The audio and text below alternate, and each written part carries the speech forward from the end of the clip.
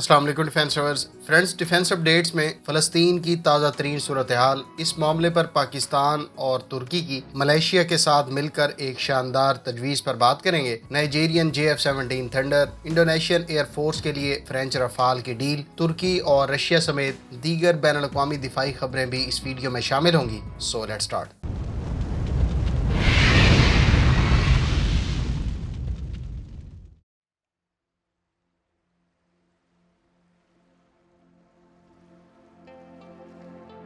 Friends, امریکہ نے اسرائیل کے لیے $735 ملین مالیت کی جوائنٹ ڈائریکٹ اٹیک منیشن کٹس فراہم کرنے کی منظوری دے دی ہے۔ یاد رہے کہ یہ کٹس ڈم بامز کو پریسیشن گائیڈڈ منیشن بناتی ہیں۔ 2018 میں اسرائیل کو امریکی ڈپارٹمنٹ آف ڈیفنس کی جانب سے $1.8 ارب مالیت کی جوائنٹ ڈائریکٹ اٹیک منیشن کٹس اور متعلقہ بامز فراہم کیے گئے تھے۔ یاد رہے کہ یہ کٹس ان بامز کے ساتھ جوڑی جاتی ہیں جو ان کو پریسیشن گائیڈڈ منیشن بناتی ہیں۔ واشنگٹن پوسٹ کے مطابق ان حالیہ منیشن کٹس کی منظوری 5 مئی یعنی اسرائیل کے فلسطین پر حملے سے چند دن پہلے کانگریس نے دی تھی۔ یاد رہے کہ امریکہ ہر سال $3 ارب سے زائد مالیت کا اسلحہ اسرائیل کو پرووائڈ کرتا ہے۔ دوسری طرف اقوام متحدہ کی سیکیورٹی کونسل امریکہ کی طرف سے اعتراض اور التوا کو لے کر جنگ بندی کے حوالے سے مشترکہ اعلامیہ جاری کرنے میں ابھی تک ناکام رہی ہے۔ ادھر اسلامی تعاون تنظیم بھی حسب معمول مذمتی بیان جاری کرنے کے بعد اپنے کپڑے جھاڑ کر سائٹ پر ہو گئی ہے۔ گزشتہ رات قابض اسرائیلی فورسز کی جانب سے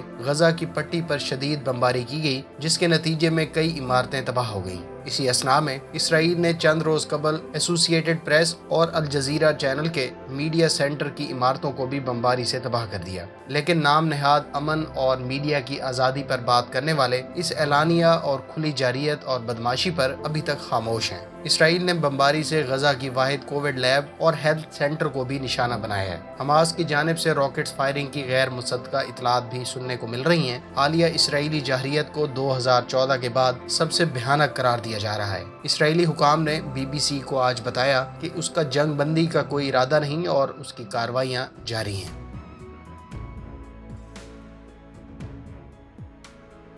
فرینڈز، اس بارے میں ایک اور خبر کے مطابق ترکی نے اسلامی تعاون تنظیم کے اجلاس میں بیت المقدس اور فلسطینیوں کے دفاع کے لیے مشترکہ فورس کی تجویز دی ہے۔ اس تجویز کی پاکستان کی جانب سے تائید کی گئی ہے اور ملائیشیا بھی اس کے حق میں ہے۔ ترک وزیر خارجہ نے فلسطینی عوام کی حفاظت کے لیے دلچسپی رکھنے والے تمام ممالک کو پروٹیکشن فورس بنانے کا کہا ہے تاکہ فلسطینیوں کی اسرائیلی مظالم سے حفاظت کو یقینی بنایا جا سکے۔ انہوں نے کہا کہ انٹرنیشنل پروٹیکشن میکانزم بنایا جائے جو فلسطینیوں کی حفاظت کے لیے فزیکل پروٹیکشن کے لیے فورس بنائے اور متعلقہ ممالک مالی طور پر بھی اس مقصد کے لیے حصہ ڈالیں۔ ترک وزیر خارجہ نے کہا کہ اس مقصد کے لیے ترکی ہر طرح سے تیار ہے۔ پاکستان نے اس تجویز کا خیر مقدم کیا اور اس کا ساتھ دینے کا اعلان کیا ہے۔ پاکستانی وزیر خارجہ کی جانب سے کہا گیا ہے کہ فلسطینیوں پر اسرائیلی مظالم روکنے کے لیے پاکستان OIC کے رکن ممالک کے ساتھ ہے اور اس معاملے پر ہر طرح سے اپنا کردار ادا کرے گا۔ ادھر ملائیشیا کے وزیر خارجہ نے OIC کے سست رویے اور خود کو صرف مذمتی بیان تک محدود رکھنے پر کھلی تنقید کا نشانہ بنایا۔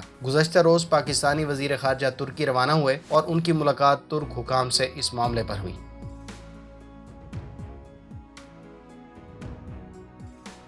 فرینڈز، اطلاعات کے مطابق ترک کمپنی ٹرائے ٹیکنالوجی نے 40 ملی میٹر کے منی راکٹس تیار کیے ہیں جو منی اور مائکرو ان مینڈ ایئر وہیکلز پر نصب کیے جا سکتے ہیں۔ اس منی راکٹ کی زیادہ سے زیادہ رینج 2 کلومیٹر اور ایفیکٹو رینج 500 میٹر بتائی گئی ہے۔ اس راکٹ لانچر ٹیوب اور راکٹ کا وزن ٹوٹل 500 گرام یعنی آدھا کلو ہے۔ ٹوٹل 6 راکٹس ایک منی UAV پر کیری کیے جا سکتے ہیں اور ایک راکٹ 12 میٹر کے ریڈیس پر اہداف کو نقصان پہنچا سکتا ہے۔ اس سے پہلے مختلف ترک کمپنیوں نے اسمال UAVs پر رائفلز بھی نصب کرنے اور ان سے فائر کرنے کا نظام بھی تیار کر رکھا ہے۔ ان UAVs کی مدد سے مختلف مورچوں اور ٹھکانوں میں چھپے ہوئے دشمن کو ان اسمارٹ ڈرونز پر نصب رائفل سے نشانہ بنایا جا سکتا ہے۔ ان ڈرونز اور ان پر اس طرح کے اسمارٹ اور منی ویپن سسٹمز کو internal security, border crossing operation اور ریزیڈینشیل ایریا میں استعمال کیا جا سکتا ہے۔